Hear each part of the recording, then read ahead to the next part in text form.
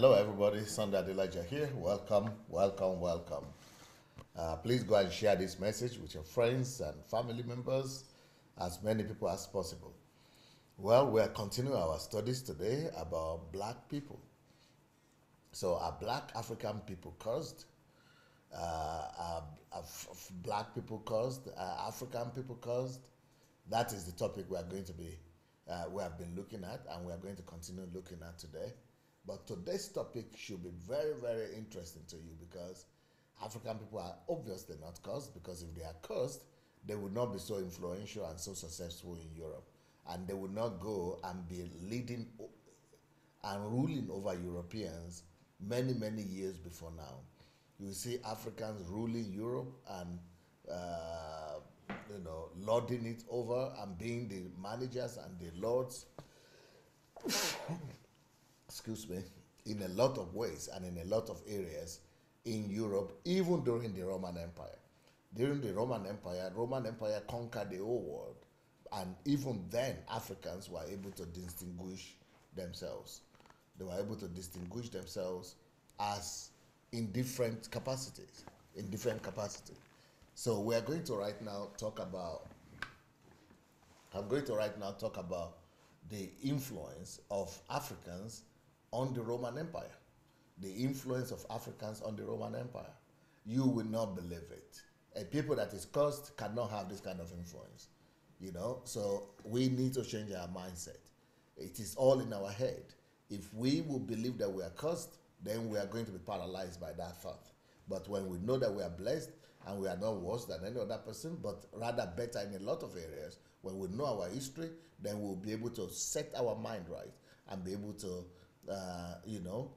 compete properly with the rest of the world and be able to lift our people up from the state of backwardness that we are in right now. Okay, let's go. We will now discuss direct influence of Africans on cultural life, military and political spheres of the Roman Empire. So Africans influence the military life of the Roman Empire, they influence the cultural life of the Roman Empire, they influence even the political life of the Roman Empire. And that's why I wrote that book, How Africans Brought Civilization to Europe.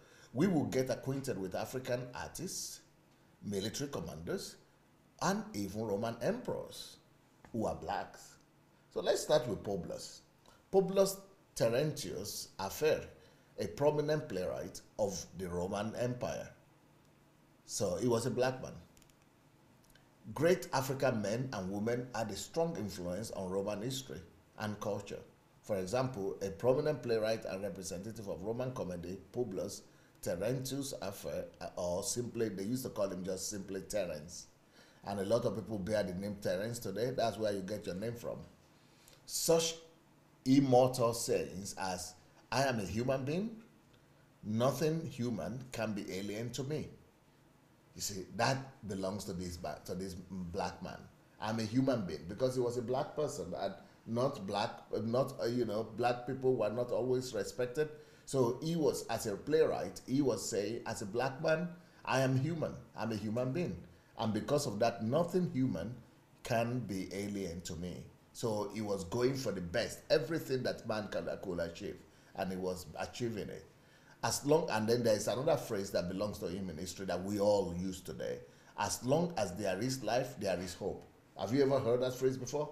Well, anytime you say that, it's thanks to Terence, the black man that had great influence through his writing and playwright and comedy on the Roman Empire. So he was originally from Carthage and belonged to an African tribe, which we get from his last name, nickname, Afer.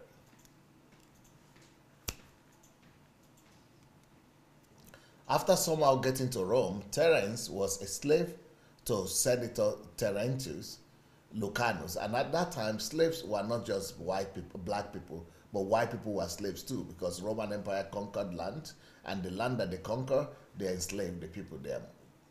So after noticing, but this man, even though he was a slave, but after they noticed his outstanding abilities, they gave him a thorough education, and then that was a senator that was his master.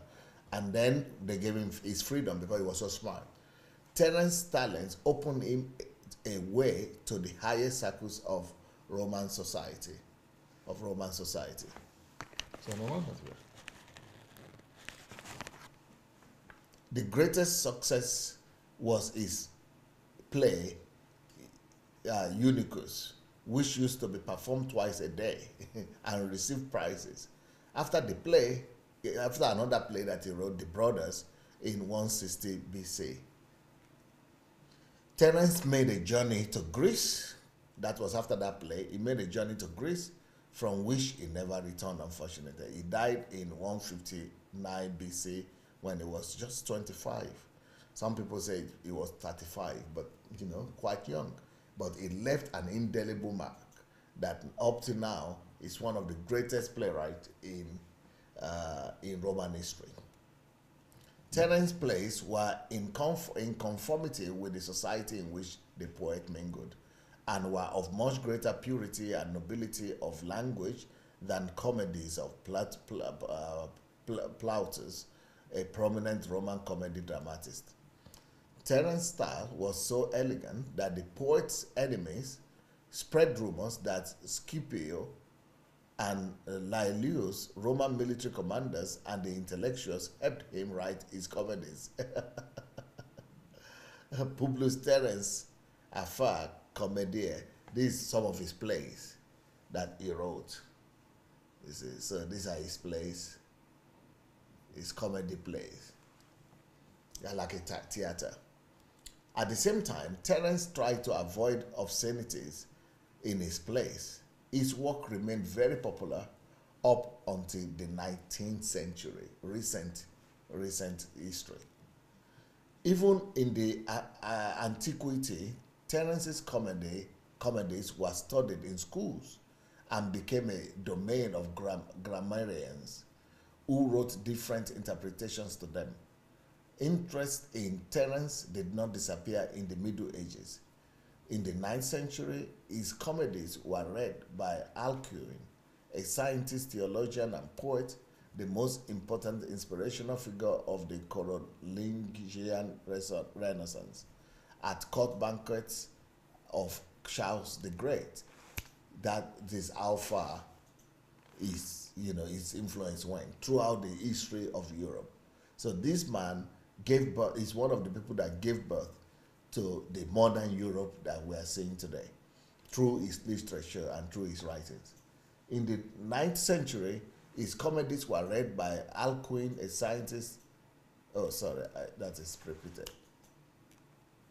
In the age of Reformation, Erasmus, a German writer and poet, strongly recommended Terence for his language, and Melanchthon, a German humanist, theologian, and educator, recommended him for proper development of his characters. Martin Luther, a Protestant theologian of the German Reformation himself, not only often quoted Terence, but also recommended his comedies for teaching children in schools. Wow. Terence had influence on Moliere, a French playwright of the 17th century and creator of classical comedy.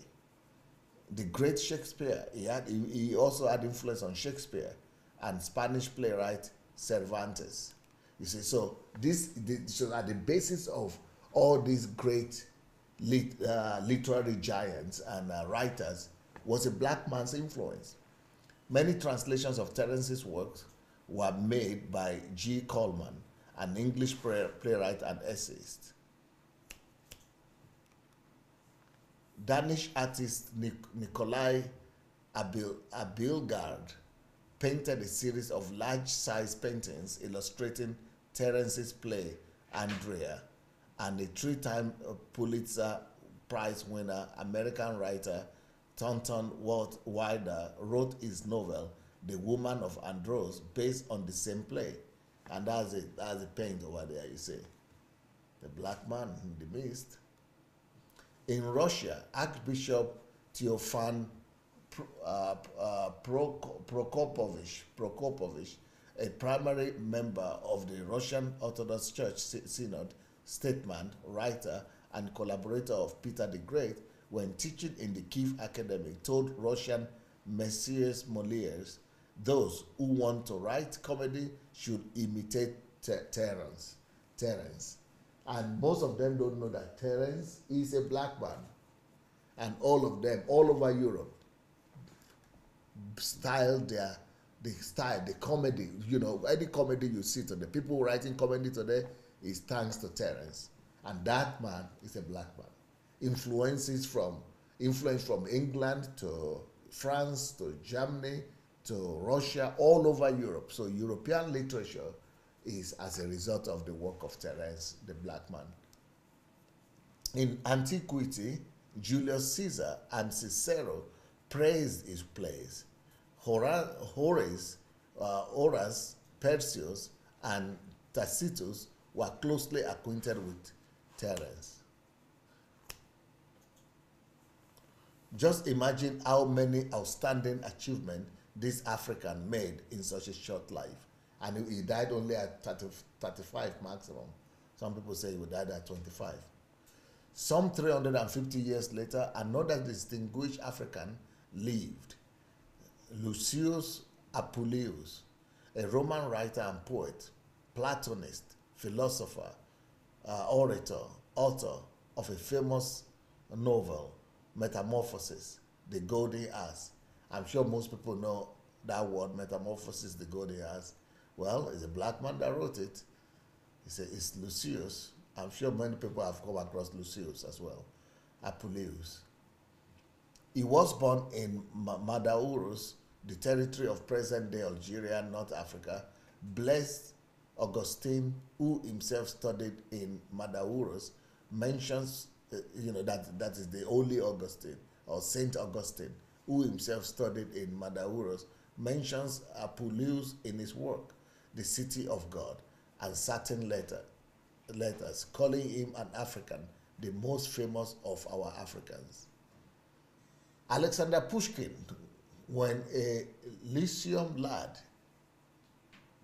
I flourished and roamed his gardens at my ease. On Apuleius gladly nourished, white Cicero could scarcely please. Yevgeny Onegin, they call it in Russian, or in English, Eugene Onegin, chapter 8. So Alexander Pushkin was writing about Lucius, you see, and all of them were influenced by this black man. Wow.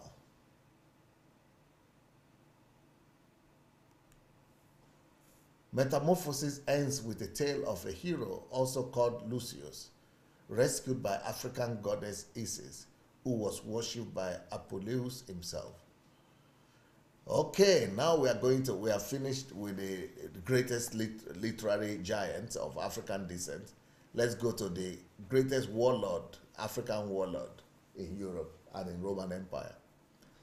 Hannibal Barca is the name, that's his name, Hannibal Barca.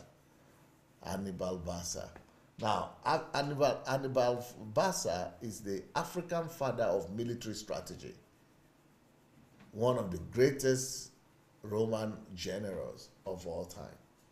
But let's talk about him. Hannibal Barca, Romans called Northwestern Africa,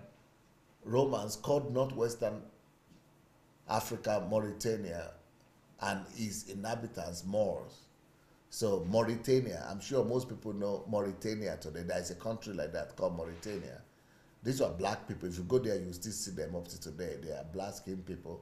It's in Africa, around Mali. So all those areas is Mauritania, Mali, all those Guinea, and all those areas. They are the people they call Moors. Based on Greek and Roman sources, Professor Frank Martin Snowden of Harvard University noted that Moors were described as black and burnt. Oh yeah, that's Mauritania today. That's how Mauritania looks today. How Mauritanians look. And if you see the map, can you see Mali? Okay, you see the yellow, the orange color? That is Mauritania right there. Okay, Mali, Mauritania, Algeria. So all that area, that is where those people who lived there went and conquered Europe and ruled over Europe for, is it 700 years? Roman playwright Plautus insisted that the word Moor was synonymous with the word Negro. A more detailed review of Moors will be carried out in the next teaching. For the first time, we see reference to Moorish warriors during the military conflicts between Rome and Carthage. And Carthage is also in Africa in the modern-day Algeria. They are also mentioned during the expedition of Sicily in 406 before Christ, during the Carthage uprising of Hanno the Great, about 350 years before Christ, and the Roman invasion of Africa in 256 years before Christ. In addition, Roman historian Titus Livius refers to them in his description of the Second Punic War. During a long, bitter, and desperate struggle for independence and control over the Western Mediterranean, Carthaginians engaged the Moor armies in all their military campaigns. That is the way they looked.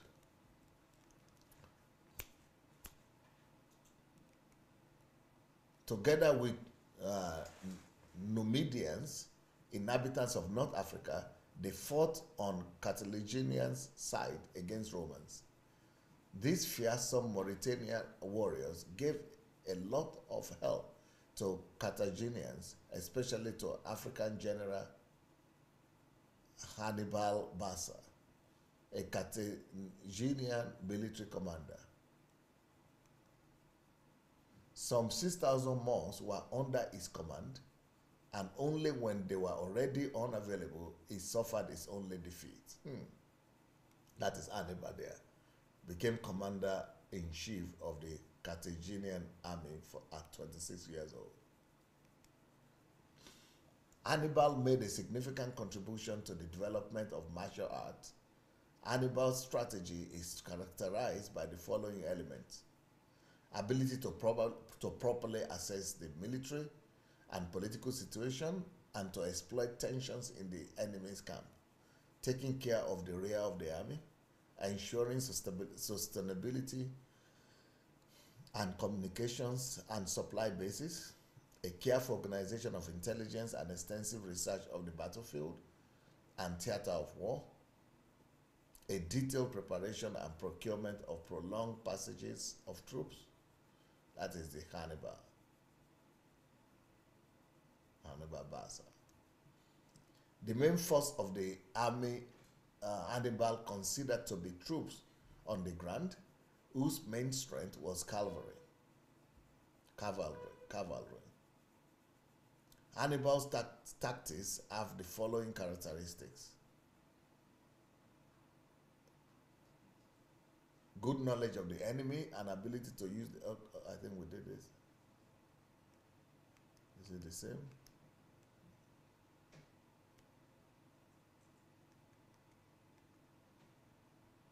Okay.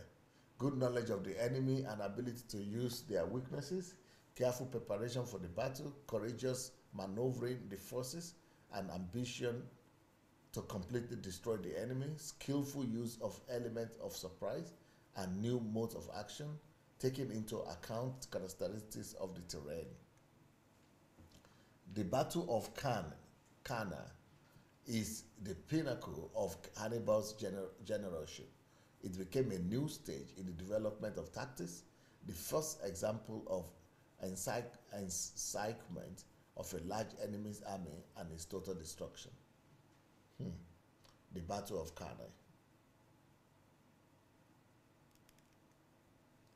It is considered one of the greatest military strategies in the history of Europe, as well as one of the greatest warlords of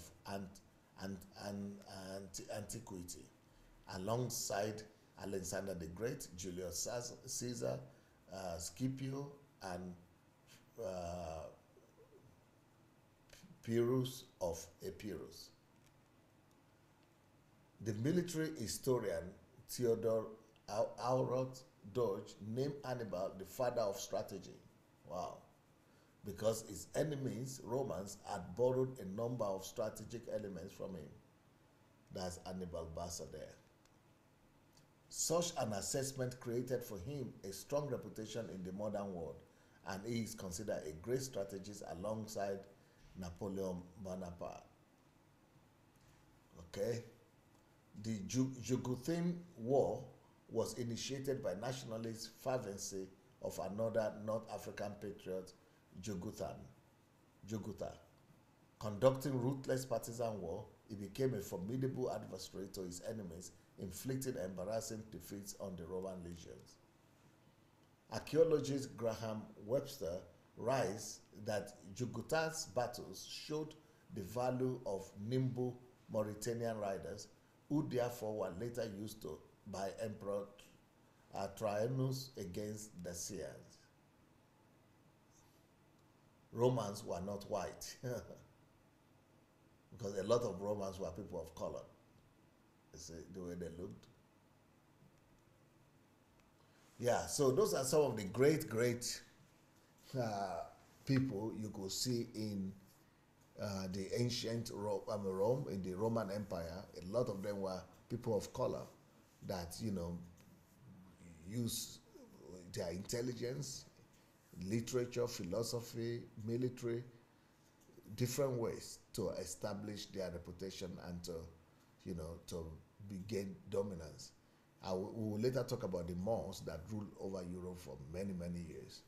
So, but before we go, please go and share this message. Share this video. And if you want to continue, you know, studying with us, you can go to my mentorship program, sundayadelajahblog.com/mentorship. If you want to come to us here and go through the training, History Makers training, then you could go to sundayadelajahblog.com as well, /HMT this time, History Makers training. And then if you want to buy my books, you could also go to sundayadelajahblog.com/books, or you could read them for free on Kindle Unlimited or buy them on Amazon. But if you want to go with us to Nigeria, you also go to sundayadelajahblog.com/Nigeria. And yeah, so but we are going to show you a video today, after which we will, you know, you'll be able to get a better understanding of what we just spoke about, the influence of Hannibal and others over the Roman Empire. We'll see you tomorrow. Peace.